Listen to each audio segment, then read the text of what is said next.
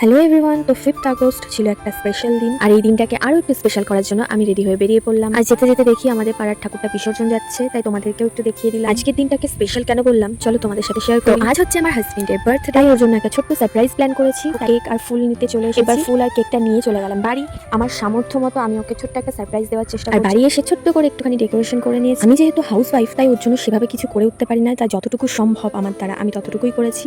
আর কিছু গোলাপ নিয়ে এসেছিলাম এক্সট্রা, সেগুলো দিয়ে চারিপাশে একটু সুন্দর করে সাজিয়ে দিয়েছিলাম। সত্যি বলতে আমি খুব একটা ক্যামেরার শাই না, কিন্তু যখন আমাকে ভয়েস ওভার দিতে হয় আমার ভীষণ লজ্জা করে। জানি না, আমি বুঝতে পারি না আমি কি বলবো, তাই তোমরা একটু ম্যানেজ করে নিও। আর দেখো এখানে ওকে আমি গিফটগুলো এক এক করে দিয়ে দিলাম। তো তারপরে আমরা কেক কাটলাম, আর কেকটা কিন্তু খুব সুন্দর ছিল, যেমন দেখতে সুন্দর ছিল তেমন খেতে খুবই সুন্দর ছিল। কেক কাটার পর ও সবাইকে কেক খাইয়ে দিল, দেন আমরা খাওয়া দাওয়া করলাম। আর তেমন কাউকেই বলা হয়নি, ওর দুটো ফ্রেন্ড, মানে আমারও ফ্রেন্ড হয়, আমাদের দুটো বন্ধু আর আমার ননদকে রেখেছিলাম, তো ওরা এসেছিল। আর মা এখানে খাবার প্যাক করে দিচ্ছিল বোনের জন্য। দেন ওরা বাড়ি চলে যায় খাওয়া দাওয়া করে, আর আমরাও খেয়ে দিয়ে শুয়ে, কিন্তু আগে শুয়ে পড়েছে। তারপর আমি কেকটা টেস্ট করে দেখলাম, খুব সুন্দর ছিল টেস্টটা। তো আজকের জন্য এইটুকুই, টাটা।